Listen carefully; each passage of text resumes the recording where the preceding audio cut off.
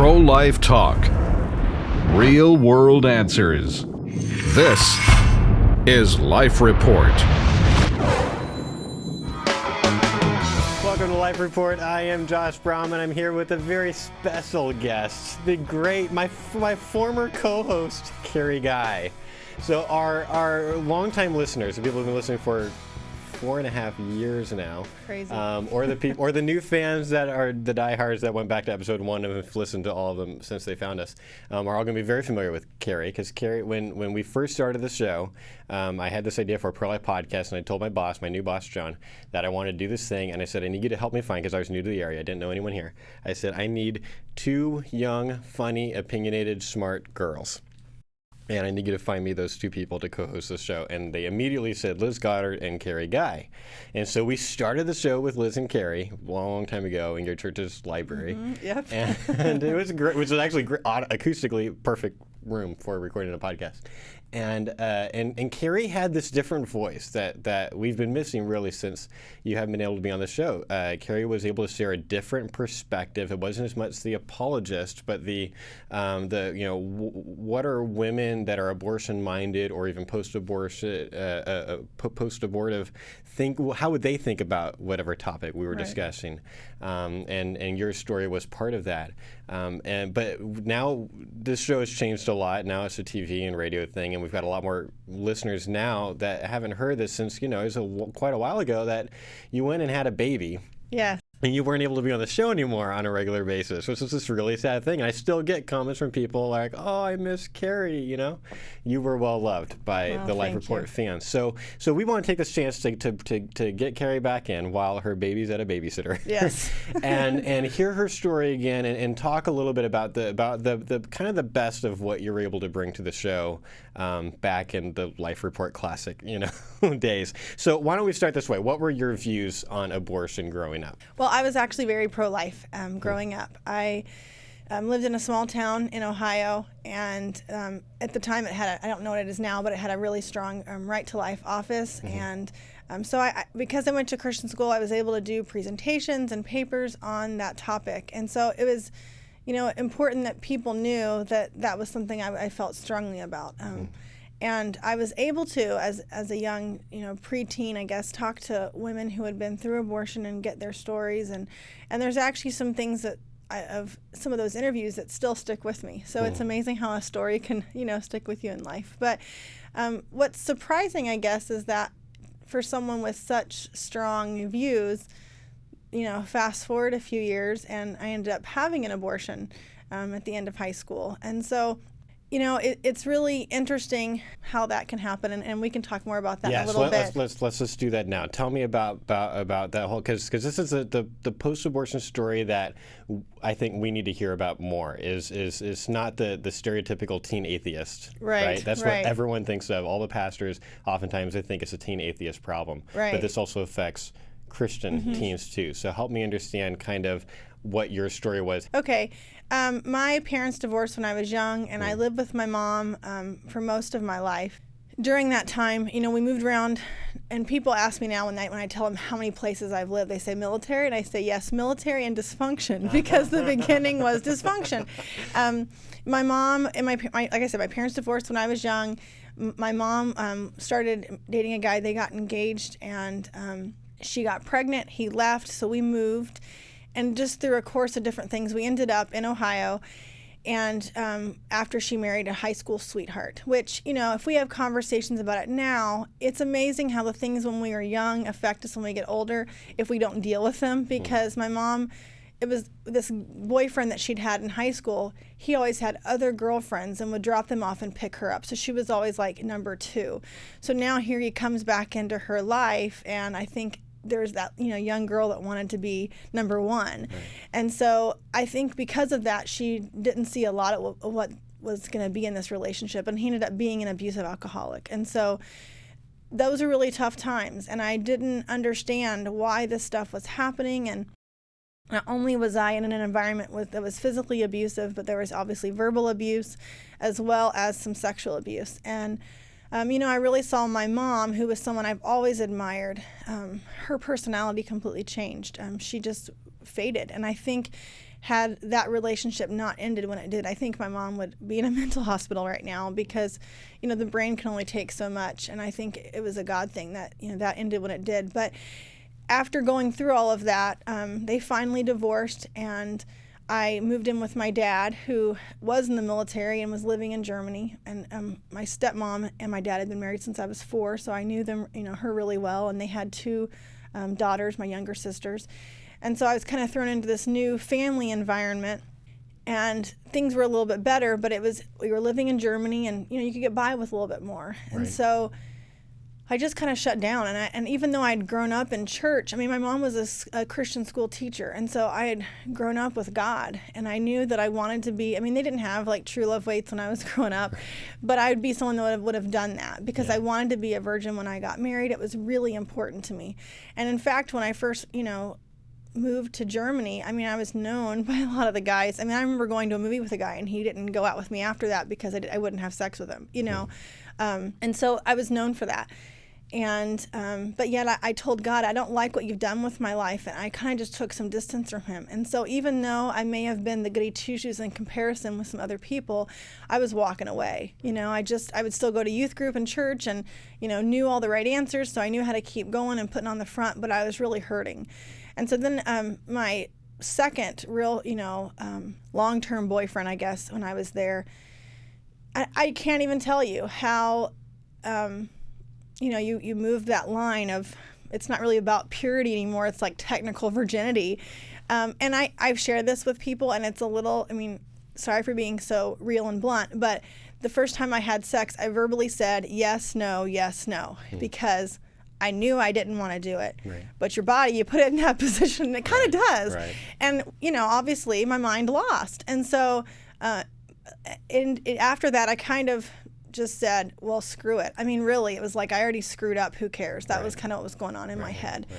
And so then I graduated from high school, went to my mom's in Ohio before I was going to start school in Texas. And I was with a friend, and we were walking, and I said, hey, Angela, I knew the answer to this question, but I said to her, why does a girl not have her period? And she was like, well, Carrie, are you pregnant? And I was like, maybe. So, we went, and I had the test. Took several more to make sure, because, maybe I think, oh, that was wrong. Yeah. And at first, I called my boyfriend. His family had relocated to Pennsylvania, and he said, marry me. And I just said no, because I knew I shouldn't have been dating him in the first place. So then he came to visit, and he said, how about an abortion? And I said, no, I don't believe in that. I can't do it. But people just started saying things to me like, Carrie, if you're thinking about getting on a roller coaster to try and miscarry, you should probably go to a doctor and have it done right. Or, at this point, it's only the size of a hole punch. So if you're going to do it, you should do it now. And all those things just started to, settle in my mind. And so I talked to my boyfriend and to his mom, and she said, come out and see us. And they set up an appointment for me, and I, went and had the abortion. And I remember all of it. I didn't get any kind of a... I wasn't knocked out or anything. They just gave me a Valium to relax me, and I went through the procedure, and I remember it just hurting, and the nurse just kept telling me, you need to breathe, and I just thought, I can't breathe, it hurts. And it got done. I won't share this, but I know what my underwear looked like on that day. Like, it's just, crazy to think what sticks in your head. And I remember the doctor saying when we were done, it's going to get a little bit worse before it gets better, because all those muscles just start, spasming. Right. So they bring you into this relaxation room, and I sat down, and they gave me cookies and milk, and just trying to try and relax. And what did you expect going into this experience, and what was unexpected about it? Well, I think having been someone who held a sign along a group of pro-lifers as a child, that's what I expected to see, and I was horrified of that, because I thought, I can't face people. And instead, I was taken to a group of offices, I guess, just a little suburban office complex, that was unassuming, and you wouldn't think that people had abortions in that place. So, I think the environment was really unexpected. I had no idea the level of pain I was going to be in, going through the whole process. So I think just, that whole thing, it was really, I guess I thought I might be, put under, some kind of, so I wouldn't be alert Right. for it. And I was. And some women, I guess, are. But that wasn't my experience. And then I kind of wanted to punch the doctor in the face afterwards. But is this one of the things that you expected or did not expect? I didn't expect. He was a little too chipper. I mean, after going through that, I think he was trying to encourage me, but Right. it wasn't working. And, he said something like, well, at least you can have kids. And, it's funny because having done the work I've done research that says that when you have an abortion, you can actually hurt your chance of having kids. And, Right. and I did kind of have a hard road in conceiving. So I want to, pull a Princess Bride and go, liar, to the guy. But anyways, that's a whole different story. So, I think that's probably a little different than what was in my head. So then I went home and rested for a few days, then got in a bus, went back to Ohio. Then my mom and I drove down to Texas. In the meantime, my mom is telling me, Carrie, I'm so glad that you've waited till you get married to have sex. And I'm thinking, I can't tell her, and so she and I are fighting. She doesn't know why, but I'm just going through all this stuff. Right. I get down to school and I just lose it. And everybody, I don't know anyone, and it was really hard for me. And people that know me then and know me now say, Carrie, we didn't know what was wrong with you. We knew something was really wrong. Because all I did was cry. I just cried and cried and cried, and those deep cries, not just a little, ooh, this is a sad movie cry. Right. And so, I just kind of went through some hard stuff during my college years. And my junior year of college, I started talking to a Bible study leader who connected me with another lady in our church who was a part of the Care Pregnancy Center in Fort Worth, Texas. And so I started shortly after that, abortion recovery group and just started on my, recovery process. Tell me about the abortion recovery process. What was that like for you? Well, I started with the group, but I really think, God directed my path, because after college and graduating, I went and worked at a group home for troubled teens. And we were assigned different kids that were kind of ours. Like we were called bigs, they were littles. And the girl that was given to me because they knew I knew sign language and she was learning signs. They thought that'd be a connection. Well, 2 weeks after, because she got there right as we did, 2 weeks after she got there, we found out she's pregnant. So really it was like going through that experience all over again when I was doing it with her. And I tried so hard to get her to not have an abortion because I just knew how hard that was for me. And it didn't work. She ended up having an abortion. And then so it was almost like I went through it again. But through that process, I started sharing my story with the girls. And I feel like that started to deal with my pride on the issue, because I still didn't want people to know, oh my gosh, I couldn't, Carrie the Christian had an abortion, Right. So just to be able to start to work through that. And, a part I didn't share too, I guess. My dad was a chaplain in the Army. So that's like a pastor. Now he's a pastor of a church. So, I really was the pastor's kid, the Christian school teacher's kid. So that it's not what you think of when you think about that experience. Sure. But, I think it just takes time and to be able to heal. And, there's different things that trigger that. I mean, after I was married and a couple years ago, I had a miscarriage before I had the baby I had now. And when the ultrasound tech told me to go to this room to wait for the doctor to come and talk to me, it was a room that looked similar to the room that I was sent to after my abortion. And that was hard, and here I am years after having not only been through recovery, but talked to countless women about their stories. And I'm still vulnerable to, emotions and to experiencing that, having a trigger of that experience again.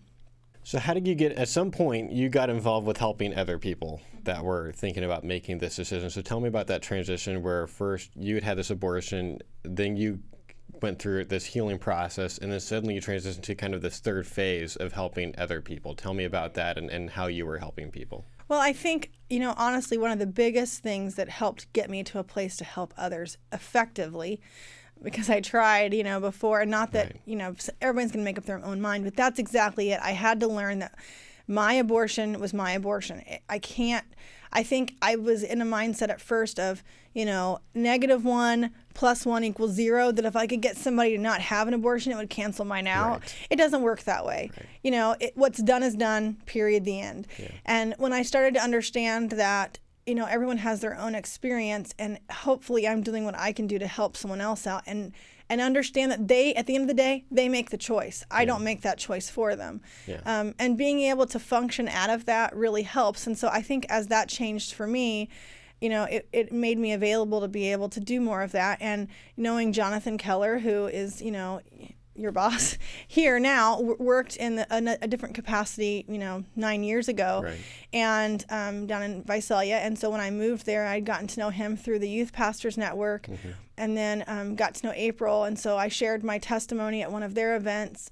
And then as she was getting together a group of women to look at doing something for post-abortive women, I kind of came on to that group. And then, as things progressed, she approached me about coming on staff. And so I guess it was about 7 years ago that I went on staff with Tulare King's Right to Life to start the IRMA Network, which is a post-abortive outreach. So.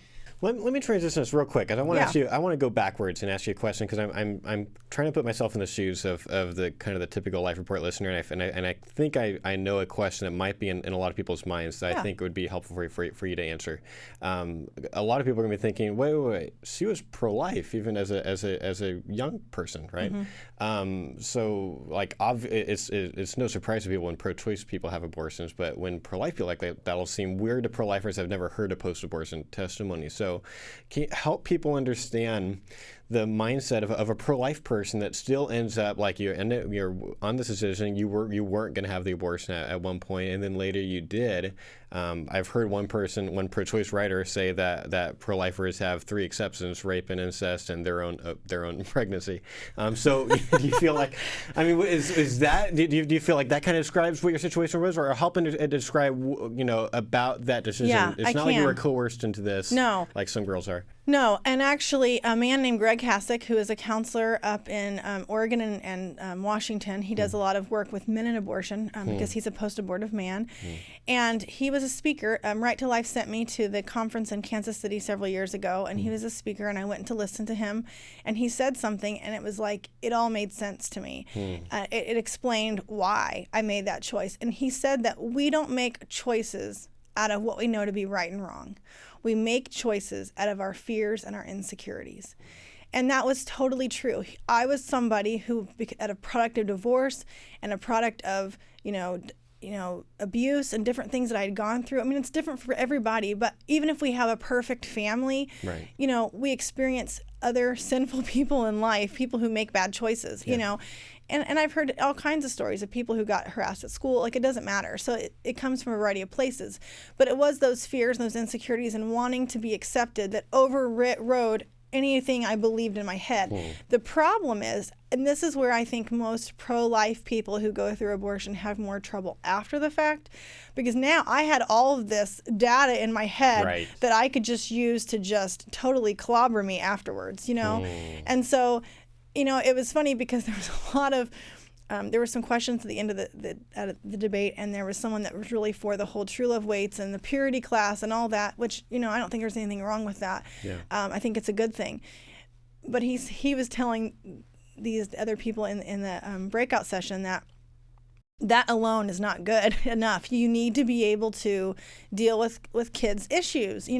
How do you see yourself? What's influencing that? And if you heal those things, then you can make what you believe and your choices come together. And that's how we will live the best life, so. How has your experience affected your pro-life views?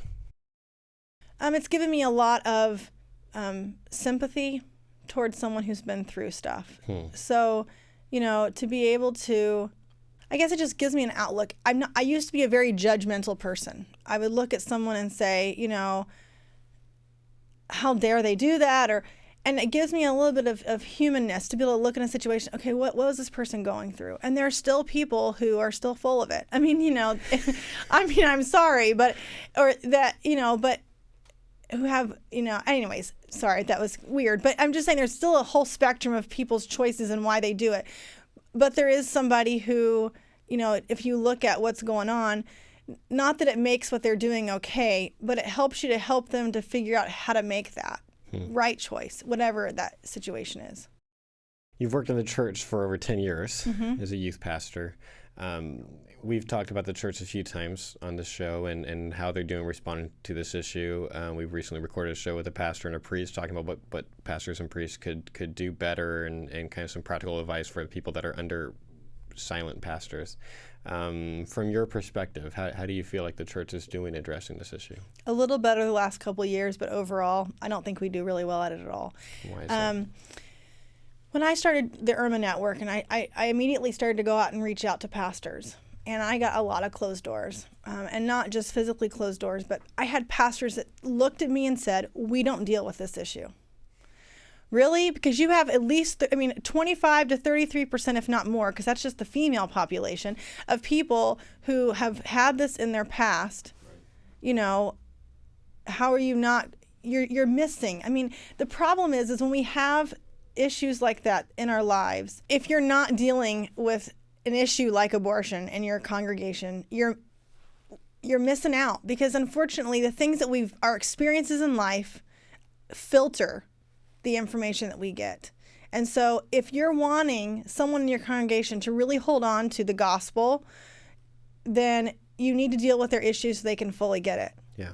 So I think that's a disservice. I do think, however, I've started to see, as more stories have come out, I've started to see more pastors really take hold of it. And so hopefully, we'll continue to do well if people are wanting to deal with that issue.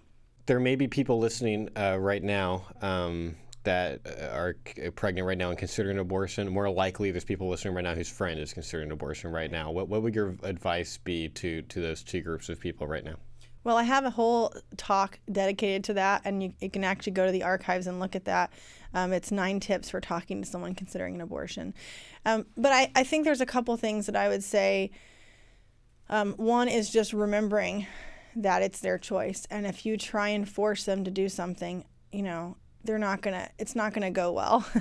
But one of the things I've learned through this whole process that's helped me, there's and now I'm going totally blank on his name. Someone else's name is in my head, so sorry for this. But there's a doctor, it's a counselor up here in the Fresno area who deals with a different approach to counseling. And I've interviewed him, and he has said that what happens on a biological level is that when we are emotional, it blocks blood from getting to our brain. And that keeps us from making logical decisions. And so if someone is, thinking about an abortion, usually they are extremely panicked. That's part of it. You're just like, oh my, I got to get through this. I got to figure this out. And so they're not going to be able to make a choice that they're later on, when the emotion leaves, that they're going to logically say, okay, that was the right choice. You want them to help them get their emotions down so that they can make a logical choice. And if they're pro-choice and they would choose abortion, okay, you can't keep them from doing that. But at least you know that they're not going to hurt themselves after the fact because they've just done something they can't live with. And that's what happens a lot. I hear women that say, well, my boyfriend will leave me, or this will happen, or that will happen. Well, the one person that you have to live with the rest of your life is you. So if you think your dad's going to kick you out, one day you won't be living with your dad, but you'll always be living with you. And so we have to get people to be able to see that they need to make choices that are right for them. And whether it's, a fortunate thing or not, women can have abortions longer, at least in this state, than, just right away. So letting people know, okay, you don't have to make your decision today. I know you don't want friends and family to see you showing and all of that. Right. But there's a lot of Empire wasted clothing now that hides that stuff. Right. So get a few new things, take some time, figure it out for yourself, because that's the best thing you can do. And, I think the other thing is, and we're so quick to try and help people and give judgment. And really what people going through this situation, what women need is reassurance. No matter what, I'm going to be here for you. That doesn't mean I'm going to drive you to the clinic if that's what you choose. But if you go and, have the abortion and then, a couple weeks later you realize, oh my gosh, what have I done? I'll help you get the help you need to deal with that too. Yeah. But if you choose that I really want the baby, I just don't know how I'm going to do it, I'll be here to help you with that. That's very important. If you could go back and talk to teenage Carrie, what would you say? I'd hug her. And, I think I would tell her to figure it out sooner than later. I had a lot of issues that I didn't want to deal with. And I made subsequent bad choices because I didn't deal with those things. And I think if I just stuck with some, good counseling or something and been able to work through some of my issues, then I would have made better choices. And, I think I would have told teenage Carrie, it's going to be okay. You can handle it. Don't worry about what people think. Sorry, I'm going to get a little cheesy right now, but if you've seen old school Saturday Night Live, a little Stuart Smalley quote would have gone a long way. You're good enough, you're smart enough, and doggone it, people like you. Okay, so, just a little bit of reassurance, but also just deal with your issues, because then you can, have a good life. So what's next for Carrie Guy in the area of abortion recovery? What are you going to do next? Well, I just got my website up, carrieguy.com, really easy to remember. And so I would like to do more speaking. I'd like to turn, things like my 9 tips into a book so people can have it as a resource to take with them. So there's just a lot of different things that I would like to present to people, not just in this area, but, all over the country. So if you're looking for a very effective post-abortion speaker or speaker on how to help other people that are considering abortion, then you're someone that's now able to go and travel and speak and do conferences and banquets. And I would love that. I really would love to be able to share my story with more people, because I think that, it's not that I'm super special in comparison with everybody else. There's other people out there that have stories. Unfortunately, most people who've been through this aren't willing to share. And it does a disservice, because there are so many people out there who've been through this. And people don't always realize they know someone who's had an abortion. There's at least 5 family members that I'm aware of who've been aborted in my extended family. Wow. That's just what I know of. And that's only because, and those are things that aren't, they're not known by everybody, so I'm not going to out anyone in saying that. But in fact, there was someone, I had an article in the newspaper, and one of my family members happened to read it and said they had no idea I'd been through that, which is kind of funny because I thought everybody knew.